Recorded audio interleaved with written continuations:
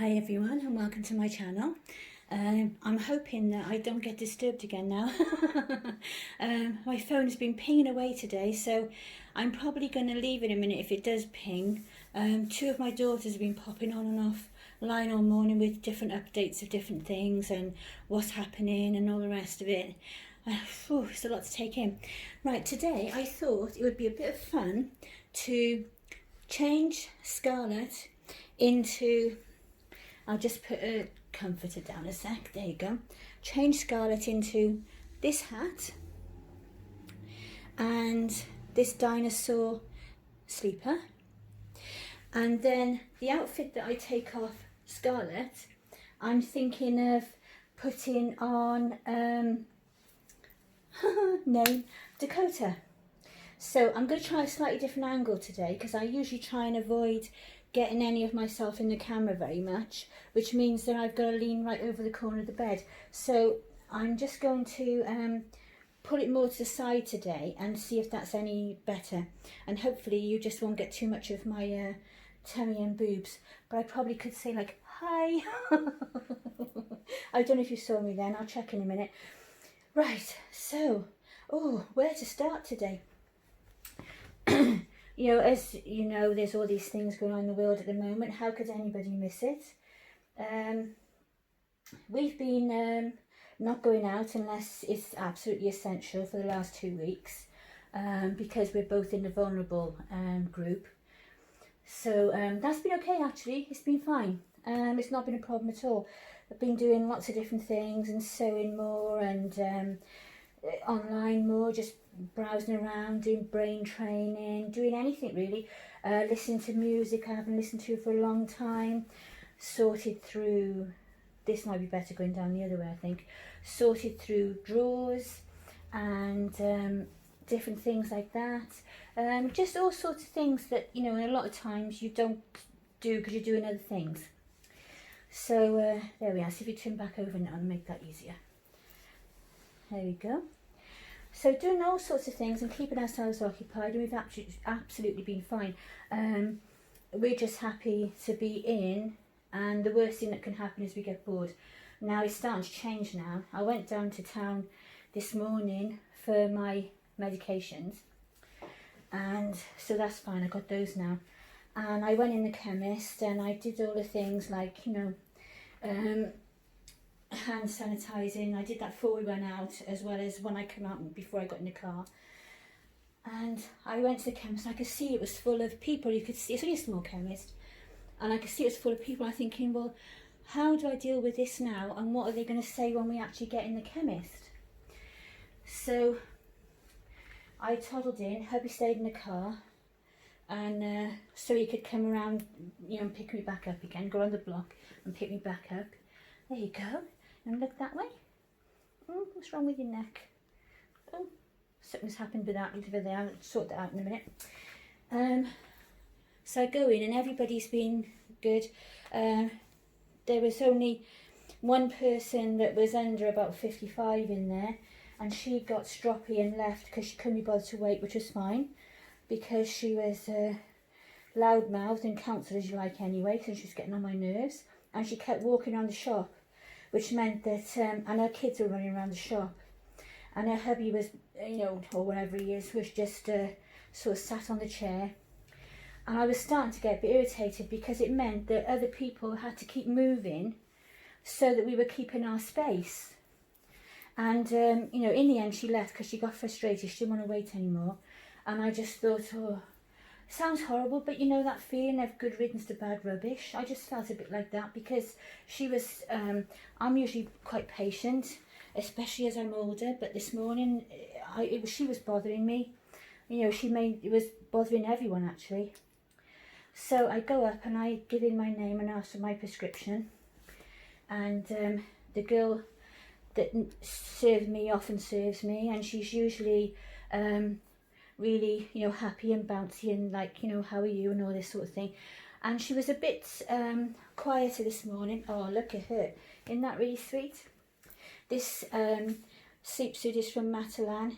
It's white background and it's got unicorns, dinosaurs, stars, clouds with rain, like a moon with a, oh no, Saturn or something, rainbows, really, really pretty. And then it's got a pink trim, darker pink trim. It's like a rose pink, it's really nice. And then that's from Matalan, and the hat is part of a set from Next that you would have seen before if you watched my channel. So anyway, she served me, and she's got blue gloves on, and trying, you know, everyone's trying not to touch anything that they're passing back and forth as much as possible. So I signed my forms and everything, and then she goes to the back, and I was just going to leave, and I realised that I hadn't asked for some cream for hubby because he's got psoriasis and he needs some cream. So I waited, and she's gone to the back, and you can see I'm in the back because it's all open plan, and she's talking to the pharmacist. So I'm waiting, and I apologised to the lady behind me, and I said, I'm so sorry, but I've nearly forgotten something. And she was fine. She said, oh no, it's fine, don't worry. So I said, thank you, like you do. And I'm waiting there, and I'm waiting, and I'm thinking, is this woman ever going to look up? And I'm looking directly at her and the pharmacist, and they're both by a computer, and they're chatting. He's doing something on the computer, and she's fiddling with prescriptions in the box, you know, going through and whatever, sorting out. And then he turns to her and he says, are you feeling any better now? Just in case you didn't hear that, he sort of whispers to her, are you feeling any better now? And she said, no. She said, I'm feeling really rough. And she said, my tummy's really upset. Oh God, I was so mad. We've been sort of self-isolating already. We've got our shopping being delivered. We've been sanitising, hand sanitising, cleaning the place with antibacterial cleaner. Everybody has stayed away. We haven't seen any of the children or grandchildren for 2 weeks, to make sure that everybody is safe, not visiting each other, not passing it on. And this woman is dealing with hundreds of customers a day, and she doesn't feel very well. Now, she may not have coronavirus, but she's not very well. And a lot of vulnerable people go in the chemist for their medications. Now, I have ulcerative colitis, so somebody with a tummy bug could give me a tummy bug, then I could end up on steroids for months because I'm not very well. And how am I going to go to the hospital when we're all on lockdown for 12 to 16 weeks from Friday? You know, this sort of thing. So I was not very happy about it at all. So, you know, it's almost like, you know, she's a health worker, like a service worker, isn't she? I thought that was really off. So that really upset me. So, you know, I just thought, oh, that's how easy it would be. And everyone that's been in that chemist this morning, and, you know, close to her and handing the prescriptions, because you've got to give your name and all the rest of it. I'm trying to stand back, and she's asking for my name, and I'm giving my name just in my normal tone of voice like now, and she's like, sorry, I can't hear what you're saying. So you automatically step closer, and I'm thinking, you are really not trying. But normally she's quite bubbly and nice and helpful and whizzing around, and today she was quiet and a bit solemn, and now I know why, because she's off colour. So you know, I just thought that you know, they're bound to be under stress and really busy, so you know, you're going to get a lot of that, so just take no notice. You know, and then when she said that, I thought, God, you've made me so angry right now. I really, you know, oh. So that's my little vent for today. If I come down with coronavirus in 2 weeks' time now, I'll let you know. So that's how people are risking other people by not doing what they're supposed to do. Now, you transport that over the whole country and other countries. People who think, oh, I've only got a cold, so I'll go to work. I don't feel ill enough to have the virus. And then because they're young and fit, they get over it. But they've passed it to 200 or 300 people, who then pass it to double the number and double the number. I was just watching Parliament on the BBC News Live, and they're doing a Parliament debate. I think it's question time or something. And they reckon that there's probably up to 150,000 people infected in the UK now. And what they're doing now is they're not testing you. I don't know what it's like abroad, but just for the ones who don't know. So, you know, I don't know what other countries are doing. But just for the ones of you that don't know, in the UK, now they're not testing unless you go to hospital because you've got it and it's made you so ill that you need hospital treatment. And then they will test you to see what you've got. So if you come down with it or anything similar to it, you are to just self-isolate for 14 days now. So how that's going to stop the spread, I don't know. So now we're just getting it updated every day, like say a couple hundred or whatever, 150, 171 it went up by yesterday, I think, confirmed cases. But the deaths are going up now. We've had 55 in 2 weeks. But they started off like one a day, then maybe not one the next day, then one a day, and maybe not one, that kind of a thing. And then all of a sudden, a couple of days ago, it jumped up by something like, I don't know, this is not the exact figure, but it was in the teens, and it was like 13, 14, and then the next day it was like 15, that kind of thing. I'm waiting for today's now. So the new barometer in the UK is to see how many have died. So I think that's just ridiculous. My grandson and his partner, the lovely Megan, they're poorly. They became poorly yesterday, so they had to start self-isolation yesterday. My daughter-in-law Emily has been ill as well. So you know, it's just that's how easy it is, isn't it? Just to spread it all around. The kids are keeping, the kids are still in school. It's like self-isolate yourself, social distancing, stay 3 foot or 3 meters or whatever it is from everybody else, if you possibly can. And, you know, don't travel unless you have to, and all those sorts of things are starting to come into place now. I'll just get Dakota a minute and move lovely Scarlett. Mummy's going to have a look at your neck in a minute and see what was the problem with that. And I'm going to now put Scarlett's outfit on Dakota. I just thought that'd be fun. And I forgot my saying now. Oh, yeah, they're telling you all those things, but the schools are still in. So I don't know, but I did smile yesterday. It's not really funny, but it just made me smile because my grandchildren went to school yesterday. Tegan and her brothers and sister. And let's see what you can see. Oh, bless her. And Natalie took him to school. They have to go on a train, and she said the train was really, really quiet. It was very odd because it's usually very busy. And she said she got into school and it seemed a bit quiet, but she was busy because there's 3 of them to get into school. So, you know, she wasn't really taking a lot of notice. And then she got home, and about 11 o'clock, they send out emails to the parents now. So it's all new to me. But if there's a problem or anything going on or anything they want to tell the parents, they send out emails. And she got an email about 11 o'clock, and it was the head teacher. And of course, they don't do to specific ones, they just do the whole lot of parents. And the head teacher wasn't happy. He wanted to know where all the children were, because a lot of parents are keeping them home regardless. And I'm like, I don't blame them. You know, you can understand why they don't want them in school. So it was like sort of like, wow, you know, like not amusing in a sense of like, oh, that's so funny, but it just, you know, the times when you just chuckle to yourself because you just think, wow, and then you just think, you don't know what to say about it, do you? And it's like, you know, I don't blame them. I would have my children home. I would rather have the children home and have a fine for not taking them to school, because you have a fine now if you take them out of school in term time. You're not allowed to. You have to ask the school's permission for holidays and different things. And, you know, if you want to take them out of school for anything and they say no, then they fine you. So I'd be like, well, fine me. You know, we're in the middle of a worldwide pandemic and you're fussing about whether my kids are in school. Just give me a home learning pack and, you know, we'll be happy with that and we'll do the work at home. There's only another week after this week and then the kids are home for Easter anyway, so I'll be glad when all my grandchildren are home from school and they can relax. And my older grandchildren, I just hope they stay safe, because 2 are now on isolation. My daughter-in-law's better, thankfully, and you know, my son works in retail, so he's meeting a lot of people. The grandchildren do as well, the adult grandchildren.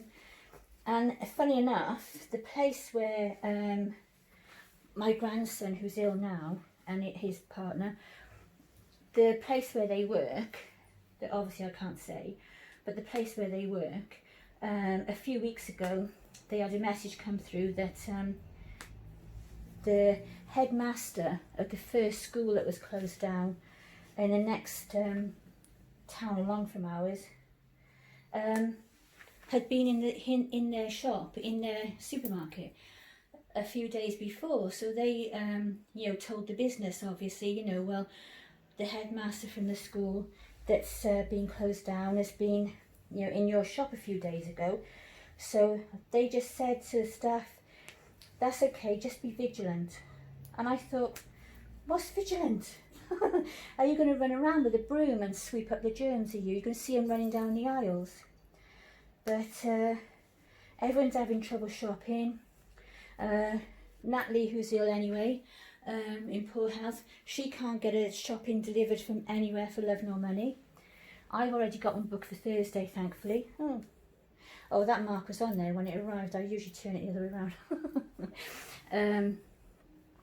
There you go. That really looks nice on her. In a star. What a star. And there's your little comforter I made for you. There you go. Sweet girl. Yeah, so I just thought, oh, this is all going to pot, isn't it? It's going to be survival at the fittest at this rate.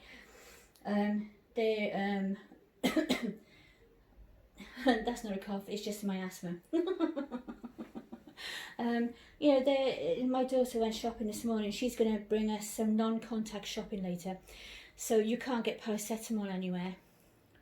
And a few other things. We've run out of bread. So she's going to get us some bread and some paracetamol. She's managed, if she can get bread, but she's managed to get some paracetamol. And she's going to drop them by later. So she's going to sanitize everything with Dettol with a Dettol spray before she brings it over, and then drop it off at the door, and then we'll bring it in that way, because we can't visit, to avoid contact, especially as she would have been in contact with my grandson, because it's her son, it's Emma's son, that kind of thing. And what a palaver. Outside in the road, the main road, as you know, outside the flat, that's got about half the traffic it normally has. I'm looking out there now, and it's not even actually a car, because they're so spread out at the moment.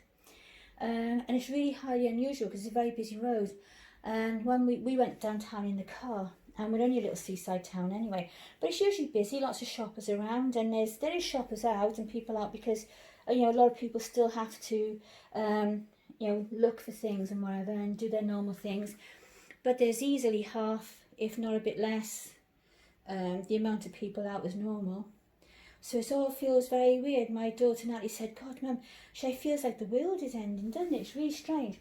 But I said, yeah, just stay safe, stay positive, do the best you can in the circumstances, shopping-wise and food-wise and that kind of a thing, and just stay indoors out of it, because obviously we'll have us and my daughter Emma, my daughter Natalie, at least will be just in close family, immediate family, that will be on lockdown for the next 12 to 16 weeks because of illnesses and being vulnerable to the virus and things. If it's not the virus itself, it's because of medications, immune suppressing medications, asthma, all sorts of things. But they are in the group, so they're going to have to be locked down now for like 12, 16 weeks or whatever. So it's all going to be very strange. It's all going to be really different. So I don't know how we're supposed to stay indoors. That's fine. We can learn how to occupy ourselves. We can have FaceTime on phones and on laptops, Skype, all things like that. Messages, texts, phone calls. And then, we can treat it like, it's just, we're bunkering down, get the war spirit going in Britain again, and we'll all be fine, and we can all support each other, and the hobby will be great for all of us, be brilliant. But I'm just wondering how, when you go to the shop and all the shelves are empty already by 12 o'clock midday, and last night the supermarkets are open 24 hours, shut between 9 and 6 a.m. to restock all the shelves and bring all the stock in, and by 12 o'clock midday it's all gone and the shelves are empty, and people are posting pictures on social media where they've been to like Lidl's in Torquay and all these places, and there's no bread or anything on the shelves. I don't really know what's going to happen. It's a supply chain, isn't it? They're going to need to we have restrictions in the UK, like the lorries that deliver, they can't deliver late at night, early in the morning, especially if they go through residential areas. And they're going to have to allow them to do that now to keep the stock going in. Now, I don't know what you think about this, but I said to my daughter earlier on, people will panic buy when they see the shelves are emptying. It's like a psychological thing, isn't it? If you've got the shelves are always full or pretty full, people are going to think, I don't need to panic buy because every time I go in there, there's plenty on the shelves. So if the shops keep the supplies coming in, which I really don't see why they can't. I know they've got to free up the lorries, but, you know, come on, guys, get organised. And then if they keep the supply going, and people will lose that mentality of, if I don't grab it now, I'm never going to get it. Plus, the shops are going to have to start bringing in some rules and say you can't have a trolley load of toilet paper, 24 tins of peas, or whatever it is you're buying. You know, people are going to have to realise that they can have each week, you know, a certain amount, and that's it, so that everybody gets a share. So that, you know, really has bothered me a little bit. So, you know, all of us are going to be lax to keep talking about this virus and how it's affecting everybody, and we'll be wanting to keep up the you know, the hobby and keep it nice and make it a place to escape from everything. But at the same time, we're all going to be directly touched by it, aren't we? So I think it's going to be quite difficult over the coming months to you know, to manage, but I'm sure we will, and we'll find a way around it. I just made I saw online to make treats for Lexi, and peanut butter, oats and natural yogurt. Now she likes all of those. She likes porridge, she loves peanut butter in her Kong, she likes soft cheese in her Kong. I give her my lactose-free one in there, or her own box of it. Obviously, I'm not going to share the box with the dog, but she'll have her own pot of it, and she likes that. And, you know, she likes natural yogurt. She's brought up on yogurt and kefir and all that kind of a thing, and she's tiny. So she's fine. And then, so I go to the kitchen and I make these doggy treats, which are really cool, actually. You just need something like 100 and... No, was it 100 and... I can't remember what it was now, but it was something like 90 grams of oats, 250 grams of peanut butter, and 125 grams of natural yogurt. And basically, you mix it all in the bowl, and then it gets like a paste, you know, pasty consistency. And then you roll it in little balls in your hands, and then you put it on a tray or whatever you want. And you put it in the fridge so that it chills them and hardens them a little bit. And then once they're done, after an hour or so, you can put them in a plastic container, a sandwich box or whatever. And I must have about 35 treats on this plate. And then you can keep them there, and they last for up to 10 days. So every time they're like, she's, you know, has her brush and she gets a little treat afterwards, or has a bath, a little treat afterwards, I can stop her barking at the postman or when anyone delivers and give her a treat to distract her. All those sort of times, she should have enough now over the next 10 days or so. So I'm all pleased with myself now, and I go in the living room and I offer her one, and she looked at me like, what are you trying to feed me, woman? And calmly walked off. So I don't know what to make of that. Maybe she'll have some later. Maybe. So I put it on the side where it can't really, you know, get on the carpet very much or anything. It's just like on the edge of the rug there, so it can't really cause any damage. Just to see if she'll actually come back to it. Now, when I was making it out the kitchen, she loved it, and she was like sniffing and waiting, and what are you doing with the peanut butter, and this all smells good, and hanging around. And then I give it to her, and she's like, phew, you can keep that, woman. Yeah, I'm not very keen on that. So, right, so that's it for today. I'll probably be back on again soon. Oh, doesn't she look lovely? She looks really sweet in that. Doesn't she look nice in anything? She really does, doesn't she? I'm thinking, I've been looking, and now, Suzanne from Hello Dolly, this is your fault. I absolutely love your Miranda, and did you know you cannot get a Miranda anywhere, the kit, anywhere in the UK. I've looked all over Tinkerbell, eBay, everywhere, and I can't find the kit at all. So, and we do seem to have a lack of bountiful baby kits. I don't know whether you know, people aren't buying them and they just let the stocks run down, or they're not going to have them anymore, or what, but we are low. But I got several kits that have been on my list. I like the Maya, I like the Alma, I think it's Alma, isn't it? Michael and Phineas, we haven't got in the UK yet anyway, but they are lovely. But I also like the Emma Asleep, and I think it's, what's the other? Lucas Asleep, I think. So I may, in the next couple of weeks, have a jingle of my savings, and there's one left, an Emma Asleep, on a site in, I won't tell you where because somebody might buy it, but there's one left, and I'm hoping I might be able to get her in the next couple of weeks. So that'll be lovely. So she'll be like another little girly one, like Dakota, because I think that'll be lovely, because I've got 5 boys, 5 small boys, I think it is, isn't it? Tristan, Ethan, Reuben, Peanut. Let's see, I'm trying to imagine him in there. Yeah, no, Tristan, Peanut, Reuben, Ethan. 4, is it? But anyway, 4 boys. Oh, ridiculous, isn't it, old age? And I've only got 2 little girls. So I'm really up for that. And I think that if I can get this kit, I'm going to leave her as Emma as well, because my daughter's Emma, and I've always really liked that name. I've got a daughter named Emma and a daughter-in-law named Emily. So whenever you talk to them, you just say Ems to each of them. You right, Ems? You all right? That kind of thing, you know. How are you? You fine? Yeah, good. How's the kids? You know, whenever you say, you just say Ems. And then it covers everybody. Easily, doesn't it? Oh, I really like this on her. She looks lovely. So I'm off. I might turn around and take a little film of outside and add it to the end when I do this. And I'm going to see how... Oh, it's so different from standing next to the camera, so you can see. There you go. Is that better? You can see it better. Bless her. Right, I'm off now, and I'm going to see what this message is that's come up from my daughter, and I'm going to upload this and just see if I haven't got too much of my belly and boobs in it.